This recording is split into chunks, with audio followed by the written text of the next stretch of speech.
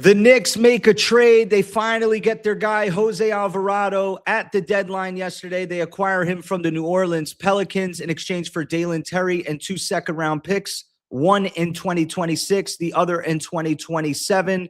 They also got some bad news. Deuce McBride will undergo sports hernia surgery and be out until the playoffs. We got a lot to talk about on this episode of Your Knicks, but first, let me introduce myself. My name is Papa Left.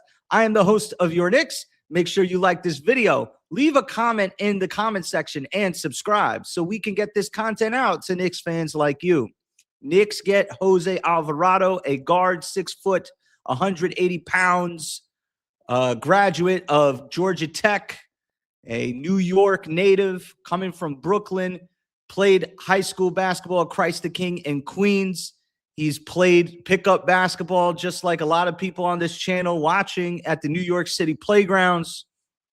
He understands the grit, the effort, the tenacity that you need to stand on a court with competitive guys. And he's just a perfect fit for Madison Square Garden. He showcased himself in his rookie year for the New Orleans Pelicans, going into the playoffs, guarding guys like Chris Paul and Luka Doncic and others, and he earned the name Grand Theft Alvarado, GTA, for his patented steals in the backcourt. He's a guy that can pick up 94 feet of the floor, really good defender at the point of attack, just an energy guy, grit guy. I predict he will be a similar pickup to how the Knicks got Josh Hart, and people were skeptical, including me, when they got him. But in terms of his energy, activity, his communication on the floor, he will uplift the Knicks defensive unit.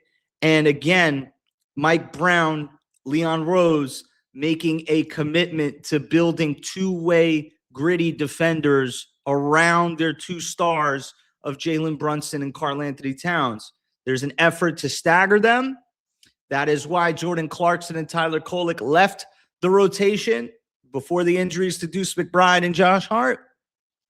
And it is why guys like Landry Shamet entered the rotation and started playing 2 ways, Deuce McBride, but now we won't have Deuce McBride, but we will get Jose Alvarado, and they like to stagger Brunson and Cat and build 4 defenders around them, whether it be OG, McHale, Mitchell Robinson, Josh Hart. It's just guys that can get 50-50 balls, communicate on defense, pride themselves on the defensive side of the basketball, get rebounds, get loose balls, like I said. And this will be a guy that will fit seamlessly into the rotation for the Knicks. As far as it impacts Tyler Kolek, I think with the injury to Deuce McBride, I think Tyler Kolek will still have an opportunity to get some minutes and develop his game. I think he is a part of the Knicks' future. He survived the deadline. I think the Knicks are interested in holding him and seeing if his game will continue to develop. But there are some issues with his ability to bring the ball up against high, intense ball pressure, full court, and get the Knicks quickly into their offensive sets. That is an issue with him. Jose Alvarado is a guy that will go through that Z drill for the basketball heads out there. You know what I'm talking about. Just getting to one angle, getting to the next, and then breaking down your defender, breaking ball pressure, and getting the Knicks involved in their sets. He is 6 foot. I'm going to talk about the size thing because I think just like a lot of things on social media, whether it be sports or anything, you know what I mean? People like to get comfortable saying things, and they don't, when you actually press them on it, it doesn't really hit outside of the phrase. You know what I mean? What do you really mean by that? You know what I mean? So it's like with the size thing, he's 6 foot. He plays big. The only time that size really impacts you on as a guard is when you got a guy that doesn't have long arms, isn't rangy, doesn't have a great wingspan.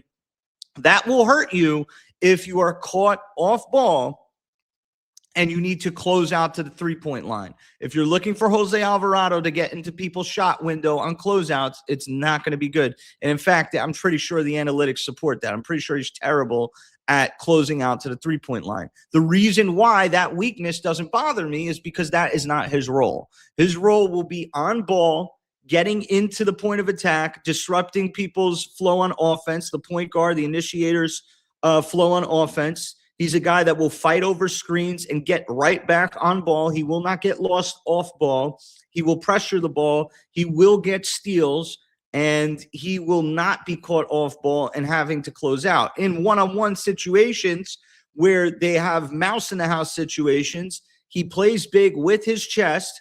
He has great lateral movement, and he will put the offensive player in bad situations where they are not necessarily taking high-quality shots with him on it. He's a really good defender. He was the 2021 ACC Defensive Player of the Year for a reason. He is going to take minutes from taller guards throughout the rest of his career and prior to getting here for a reason. Jordan Clarkson is 6'4". He is one of the worst defending guards in the league. Jose Alvarado is 6 foot tall. He is one of the better defensive guards in the league. So if you get past your fetish about size, you're not procreating with this man. This is not pop the balloon. You're not trying to have children with him. You're trying to win games with him. And he's shown on a competitive team, on a playoff team like he was in New Orleans, with players around him in a defensive unit, he can be impactful. He can be a pest. He is not somebody that you want to see on the floor as an opponent guarding you. He gets up into your body. There's the patented steal he makes in the backcourt. Guys like to take a break, especially in the playoffs, and walk the ball up. He's not going to let you do that. How many times have we watched Jalen Brunson get that treatment? And he had it to the point where he has to give up the ball and then run down the floor and get it back himself from Mikhail or from Josh or others. Jose Alvarado is going to do that. Hopefully we see him tonight against Detroit. Definitely think we're going to see him Sunday against Boston. Big games coming up for the Knicks. But again, this is a guy that I've been a fan of for a long time. Big fan of him at Georgia Tech, and I got the proof. I'm going to play for you a nice little clip right here. This is me calling up on Knicks Fan TV in 2021. CP the Franchise was having a show chronicling the NBA draft prospects going into the 2021 draft. Remember, the Knicks had multiple picks in that draft, 2 first-rounders. They ended up actually they had Quentin Grimes out of that draft. They traded back from 19 to 25, and they ended up getting Deuce and Rokas in the second round. They got Grimes at 25. The Knicks were looking at Trey Murphy at 19. They were trying to see if they can get him. Murphy ended up going 17. The Knicks ended up picking Kai Jones, I believe, at 19 and traded back and ended up getting Quentin Grimes. And then in the second round, they got Rokas Jokubaitis at 34. And then at 36, they got Deuce McBride. And then later on in the draft, they got Jericho Sims. I was in this conversation while everybody was talking about all their favorite players in the draft. I was concerned with Jose Alvarado, an undrafted guard out of Georgia Tech. Let's take a listen. Turn the volume up here. Let's take a listen. He's one of my favorite players in college basketball the last couple of years, and I just wanted to know what you think, if you think he has a chance in the NBA. It's Jose Alvarado from Georgia Tech. That guy plays with so much spirit. I mean, he's really undersized, and he doesn't really have anything super special about his game, but he got invited to a lot of camps. I even saw that the Knicks inquired about him. I heard from CP that they had a little tryout with him. So those are my 3 questions for tonight. And always thank you guys for having such great content. Thanks a lot, bro. And the other question you were asking about Alvarado. Yeah, this kid from Georgia Tech, he's like that guy in pickup ball that you hate when he guards you. There's always one of those guys. Man, this guy is a pest, and he's tough and somebody you wouldn't bet against. And so I don't think he's going to get drafted, to be honest. But he's going to get a call quickly to join the summer league team, and he's going to play in the G League next year. It wouldn't be surprising if eventually the next couple of years he gets a call up, because there's going to be some team who's like, your job is to come in and annoy the hell out of the other team. Yeah. And that's what he does. And there's always a couple guys like that. And he'll have his chance. It might not be right away, and he might not get drafted, but he'll have his chance. And that was CP, the franchise of Knicks Fan TV, and Jonathan Wasserman 5 years ago, talking about Jose Alvarado. And, Jonathan Wasserman, great job, man. And basically profiling who Jose Alvarado has been in this league for the last 4 years and who he will be for the New York Knicks going forward on this playoff run. And again, with Deuce McBride out, Jose Alvarado, he was going to play a role with Deuce here. Now he's definitely going to be a part of the Knicks 8 to 9 man rotation. I think Diawara will be a part of it as well. But here's the guaranteed guys fully healthy in the rotation. We got starting 5. We know who they are. Off the bench, we're going to have Landry Shamet and Mitchell Robinson guaranteed. Then the 8th and 9th man or 10th man, it's pretty much going to be Alvarado, Diawara, Kolek, spot minutes, we'll see. Huckporty, spot minutes, especially in back-to-back situations. And then there's an opportunity for guys like Kevin McCullough and guys like that to potentially build up a role towards before the deadline, before the All-Star break and after the All-Star break. The Knicks have a lot of games to make up for Deuce McBride's absence. We got about 30 more games left in the season. Another interesting takeaway from yesterday, there's a couple. Number one, people are wondering how the Knicks got Chicago to pick up Yabusele's player option. And we found out yesterday, thanks to Ian Begley, that Yabusele and the Knicks worked together to waive that player option out of the contract so that he would be attractive enough for the Chicago Bulls to take him on for Dalen Terry. Of course, the Knicks were not going to be able to move Yabusele with that player option because nobody wanted to pay him $5.8 million next year to put them on their books because he's not playing up to that contract. Nobody wanted him. And the price to absorb that contract was reportedly 2 second-round picks. So Yabusele, I don't know the entire motivation there. There's like this Good Samaritan Award vibes going around on the timeline right now saying like, wow, thank you, salute. I'm sure something was in it for him. I'm sure he had some motivation as to why he did it. The Knicks also sent $500,000 in cash over to Chicago in the deal. I don't know how these things work out. Give me some money, man. Like $50, man. I'm hungry. Nice dinner for me and my wife. Yeah, man. $500,000. Look, what a world we live in. $500,000 in cash to the Chicago Bulls. What would you guys do with $500,000 of cash considerations? Why don't you put that in the comments? I'm interested. I want some like dream lottery money ideas. You watching this channel, brushing your teeth, taking a shower, folding your laundry, on the road. Don't text while you're on the road. At your job, cleaning up your house. Stop what you're doing. Write in the comments if the Knicks sent you $500,000 in cash considerations for your pain as a Knicks fan over the last X amount of years, whatever it's been. What would you spend on? $500,000. But yeah, the Knicks sent $500,000 over to Chicago. Maybe Yabusele just wants to play in the NBA this year, and he figured, a losing team that doesn't care about tightening a rotation and needs me will, I'll be able to play here, and maybe that will be better for me long term. I don't know. I don't know the motivation there, but thank you to him for waiving that player option because it was able to get us a player that was more able to be moved in Dalen Terry, another expiring guy. And he never stepped foot in the Knicks organization. He is the Denzel Valentine Award recipient. Once a Knick, always a Knick, I guess. I don't know. But we rerouted Dalen Terry and 2 second-round picks over to New Orleans and got Alvarado. The 2 second-round picks, for everybody that cries about picks, and trust me, F them picks is a terrible, terrible ideology, and it's part of the reason why the Knicks had little to no flexibility at the deadline this year, especially when it came to acquiring Giannis. But this is not a deal to be crying about picks. The picks that they gave up, the Knicks have their first round pick this year in 2026. The Wizards, who beat the Pistons somehow last night with Sharif Cooper and Will Riley, they're not going to, that pick is not going to convey. Those are going to be 2 early seconds.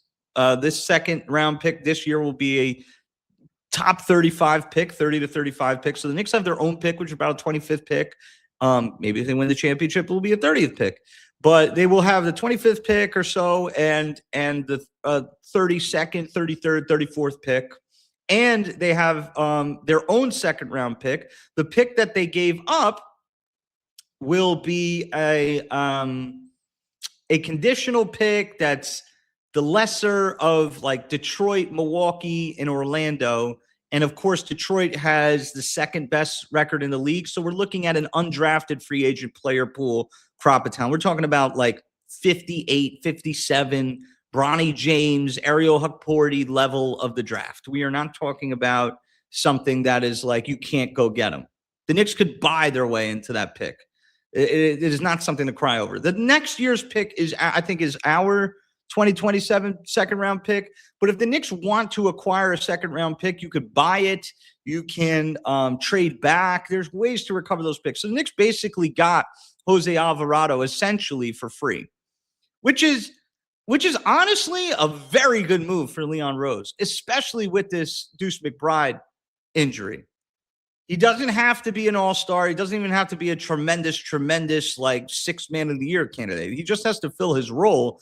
And it's very hard to find guys in the middle of the season that you feel confident about bringing into your system and getting production out of. I mean, Dalen Terry, good physical frame, right? 6'7". For the Knicks Nation out there who want long-rangey wings, here you go.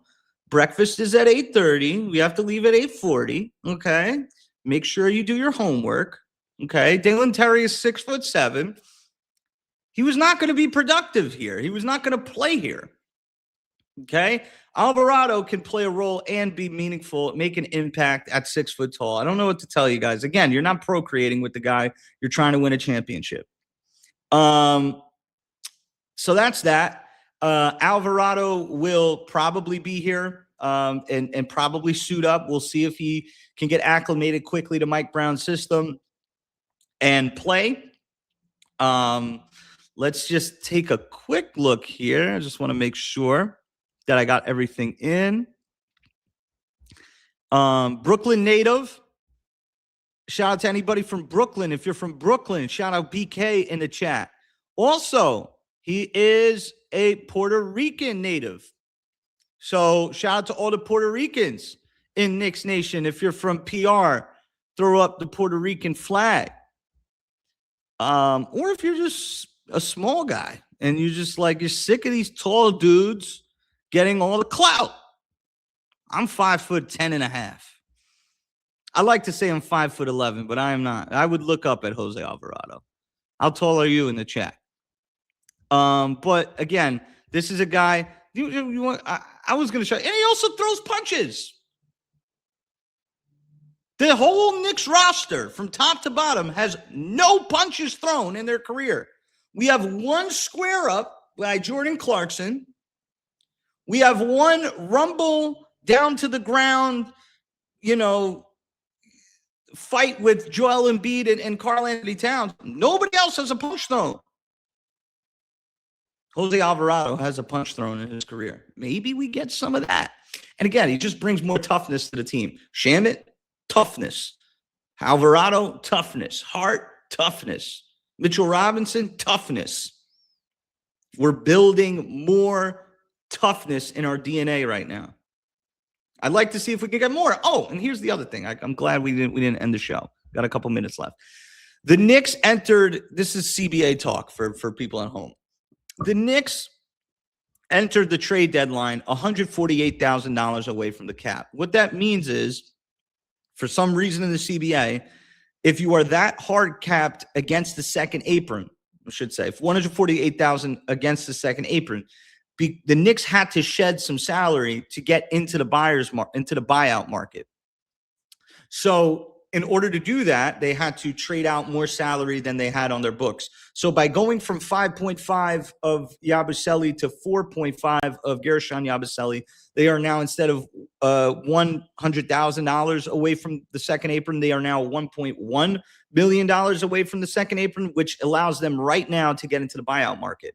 If they just stood pat and did nothing, they would not be able to get into the buyout market, I think, until April 2nd, which pretty much takes them out of the candidacy for the best players in the buyout market.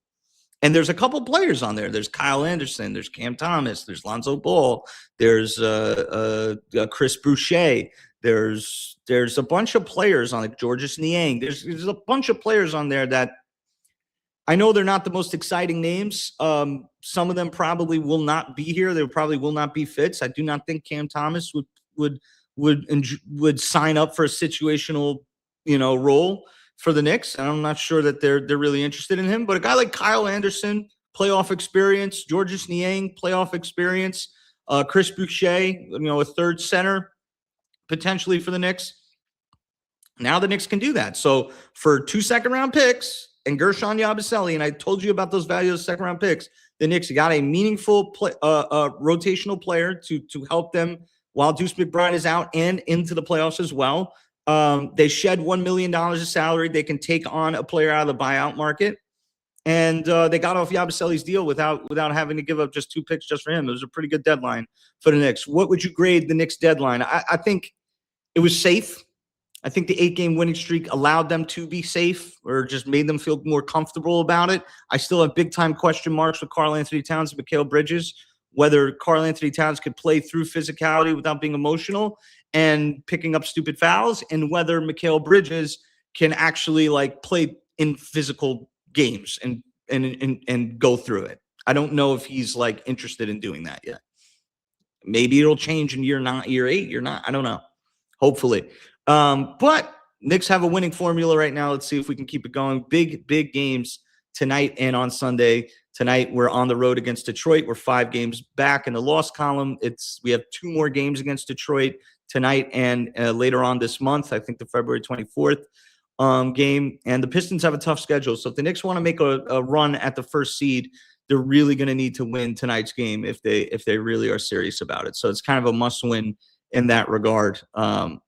And then Boston on Sunday before Super Bowl Sunday, Boston at 12:30.